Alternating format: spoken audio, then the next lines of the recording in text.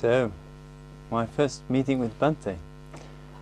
Well, Nagapriya was encouraging me to go to the FWBO day down in London, going down from Manchester, and I think he was very good at just getting the whole crowd together. I can't remember how many were in the minibus, and we all piled into a big hall. Can't remember what it's called. And it was all very, I suppose, exciting in colours, and really people milling everywhere. And I was kind of taken aback and looking at all kinds of things. And then suddenly he was there pulling on my arm, Nagapriya, and saying, "Oh, I gotta take you to meet someone."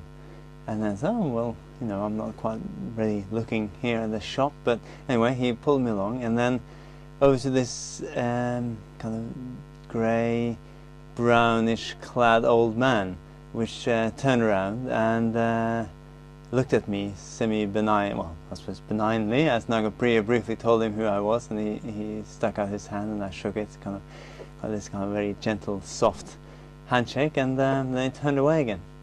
So that was, I was kind of a bit puzzled by Nagapriya's enthusiasm. I was much more inspired later the same day to find a picture of Kuan Yin.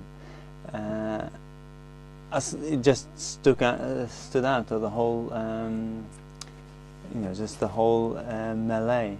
And with Mokshapriya, my other good friend, the week before, we'd been at the second-hand market, and somehow I'd seen this frame, this wooden and brass frame, which just took me. I don't know why I bought it, but when I came back, that same night, this picture of Kuan Yin just fitted right into that frame, and somehow I just lay on the floor, just gazing at this image all evening, in a sense, kind of semi-meditative state. I suppose that was my first meeting with Bhante. This, from one point of view, is quite unimpressive, worldly form, and then that's this image somehow that came along to go with it.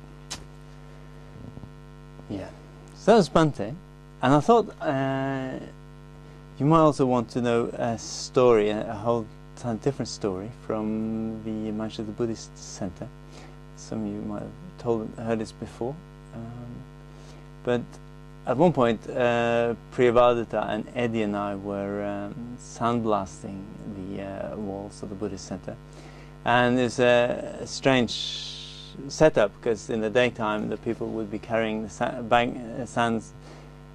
bags of sand upstairs into the various corners, and then they would do this during the day, and then we'd come in at 7 or 8, and then we'd set up a little office, sheltered it from the sand, and then we'd start sandblasting. And it's like a bit of a Bedouin situation where two of us would be living in this little hut, on one of the floors, and the third one would be out there somewhere in the sandstorm, with this big helmet. It's a bit like a 1950s diving equipment or something, you'd be completely on your own, because your vision would be very restricted, when you're actually doing the sandblasting.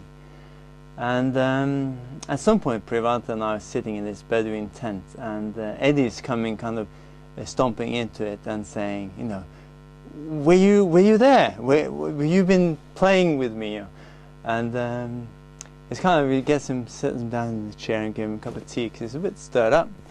And apparently his the sandblasting equipment, a couple of times, have been kind of failing.